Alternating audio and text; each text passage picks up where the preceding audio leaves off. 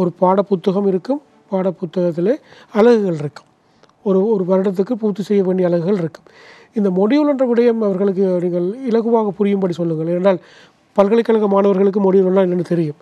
ஆனால் சாதாரணமாக ஆண்டு 6க்கு போகிற பெற்றோருக்கு நீங்கள் மொடியூல் என்று சொல்ல வருவது என்ன? மொடியூல்னு சொல்லப்படும் பொழுது தற்கவே ஏற்கனவே நாங்கள் வழங்கியிருப்பது பாடப்புத்தகம். பாடப்புத்தகம் என்றால் பாடத்தை விளங்கப்படுத்திவிட பயிற்சியாக 2 வினாக்கள் கொடுப்போம். இப்போ இந்த மொடியூல்னு கூறும்பொழுது ஒரு குறிப்பிட்ட பாடல்களை கேட்கும் பொழுது மாணவர்கள் இயற்கையாகவே சென்று செயல்முறையாகவும் அவர்களுக்கு பயிற்சி வழங்கப்படுகின்றது. இறுதியாக அவர்கள் அது சிறு மதிப்பீடும் அந்த இடத்துல வழங்குகின்றோம். ஆகவே மாணவர்கள் சில பகுதிகள் சுயமாக கேட்டு ஆசிரியர் வழிகாட்டிகளாக தான் செயற்படுகின்றார்கள்.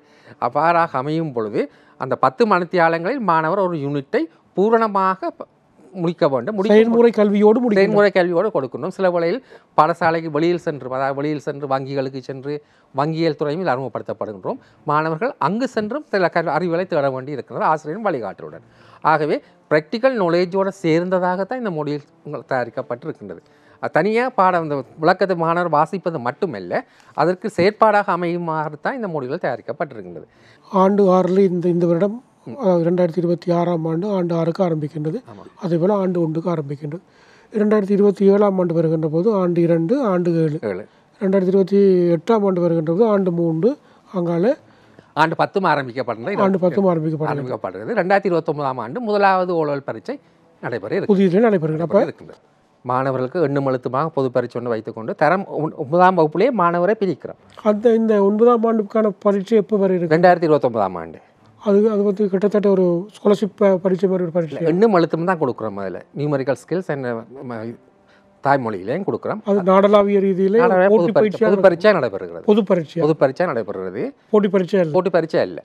மாணவர் அதிலிருந்தே தங்கள் தீர்மானத்தை மேற்கொள்ளலாம். தான் 10ஆம் தரத்திலேருந்தே மாணவர் தீர்மானிக்கிறார்கள். நான் சயின்ஸை படிக்கிறேன்னா இல்லை கொமர்ஸுக்கு போக போகிறேன்னா இல்லை வொகேஷனலுக்கு போக போகிறேன்னா மாணவர் தீர்மானித்து கொண்டு ஃபர்தர் ஸ்டடீஸையும் செய்து கொண்டு போகிற கிரேட் 11க்குரிய பரீட்சைக்கு 7 பாடங்களாக வருகிறது.